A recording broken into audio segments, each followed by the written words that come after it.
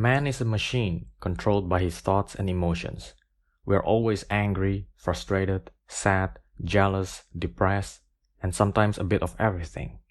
And these emotions push us around the universe like a tiny ball of dust, bouncing off other tiny balls of dust, similarly controlled by emotions.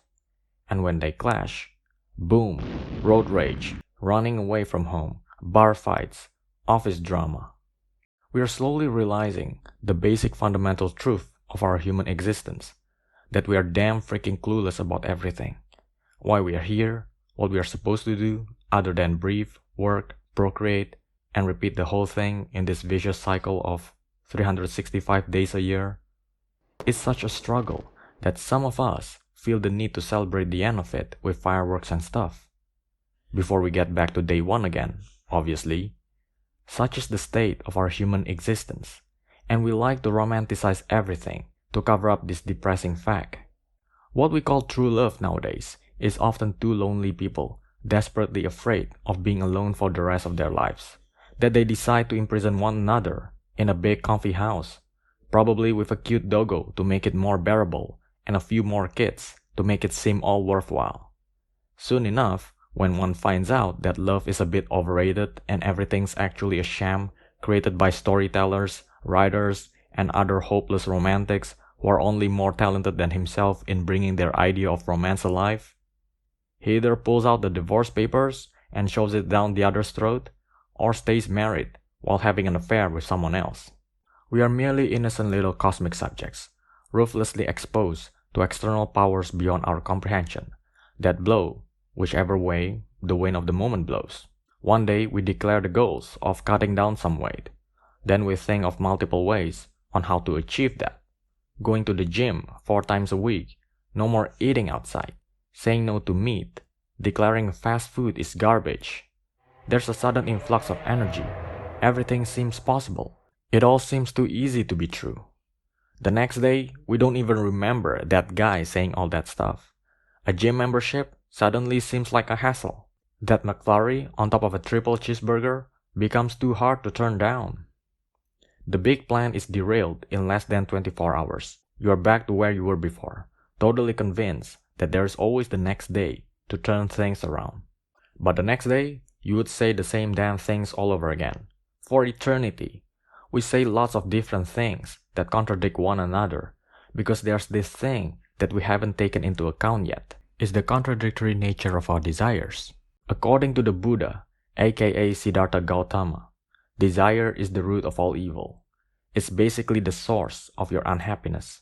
When you have an intense desire towards something, you lose consciousness of yourself, almost going into a trance-like state in which your desire controls every fiber of your being. It's like in this state, you become possessed with your objects of desire, like a man who hasn't eaten for 2 weeks, sees food for the first time, and completely disregards everything around him that may be getting in his way. But the problem doesn't stop there. Your desires not only keep you in this frenzy of lust, but they also keep changing from one day to the next. One moment, you want to become the god of charity, giving out food and shirts to the poor and helping out the poor souls. You suddenly feel like smiling a lot, believing that a simple smile can change the life of a random stranger passing by on the streets.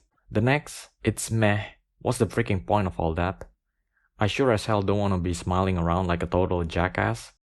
I might as well spend my money on a Netflix subscription, rather than giving it away to some African kids who won't even remember me anyway.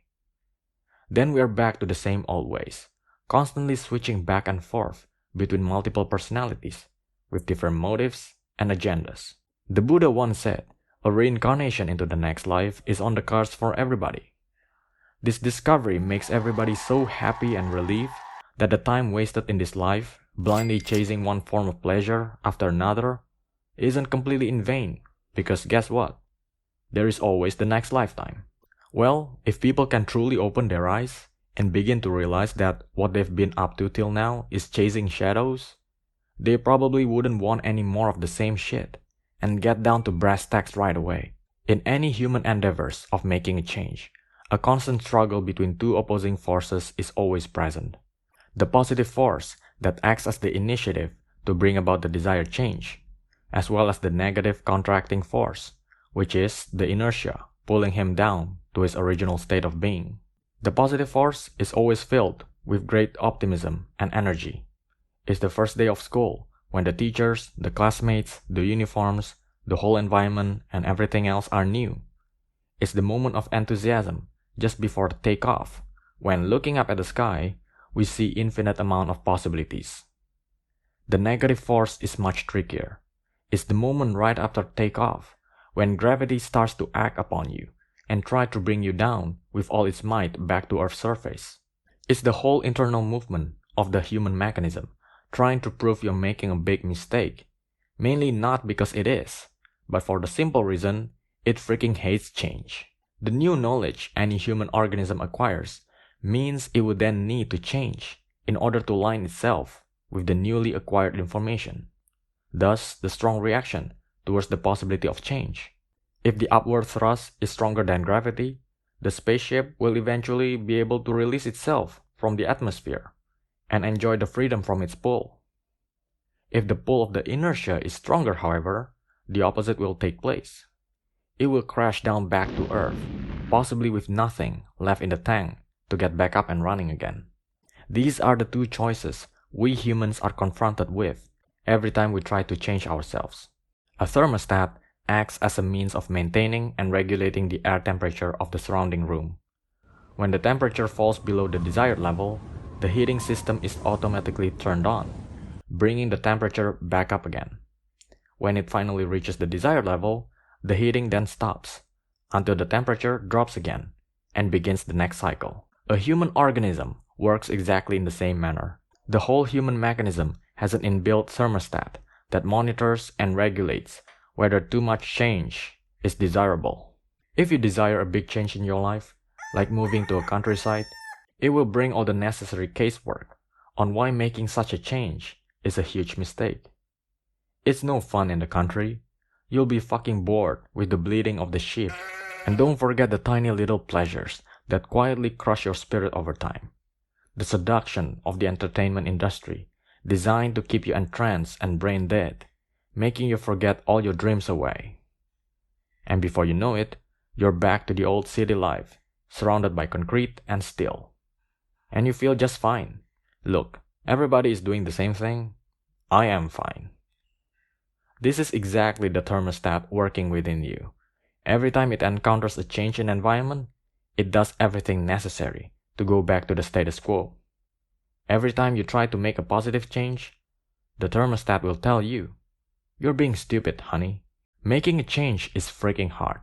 It's like trying to wake up at 6 in the morning when you've been sleeping through the afternoons for several years now. How much fun is that gonna be? But nothing is ever impossible. You can change yourself. You just have to slowly normalize all the differences you want to make in your life. As a self-regulating thermostat, all you need to do is set your goal, burn it into your mind, and then maintain it for months and years, until the moment you can say to yourself, "This is fucking normal to me." In this long, arduous path, there will be many temptations and seductions that will try to bring you down. And you gotta be aware of all these devilish whisperers when they come to seduce you.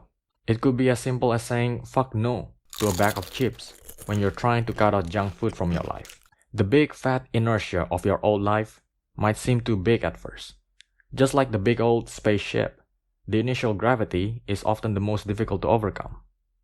But as long as you keep going and going, it will get easier and easier until you'll eventually reach the outer space, where you're no longer bound by the confines of your old self. Then you're free and new, but still a fucking ball of dust.